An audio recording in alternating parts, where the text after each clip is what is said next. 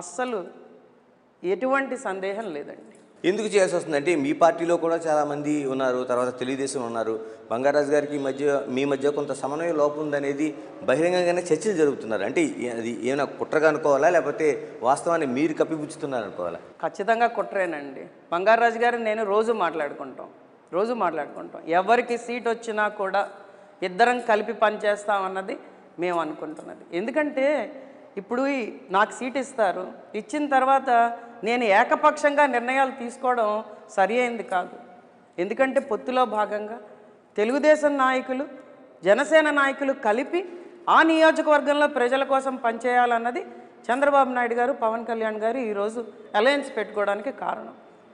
Seat వచ్చినా రాకపోయినా ఇద్దరం కలిపి అదే చిత్తశుద్ధితో పనిచేస్తామని మేము ఇద్దరం మాట్లాడుకున్నాం. ఎటువంటి సమన్వయ లోపం అనేది లేదండి, రాబోదు కూడా. ఎందుకంటే వచ్చే 10 ఏళ్ళు ప్రజల కోసం పనిచేయాలి, ఇలాగే పనిచేయాలన్నది మా నాయకుల ఆదేశం. దాన్ని మేము శిరసావహిస్తానని ఈరోజు చెప్తున్నానండి.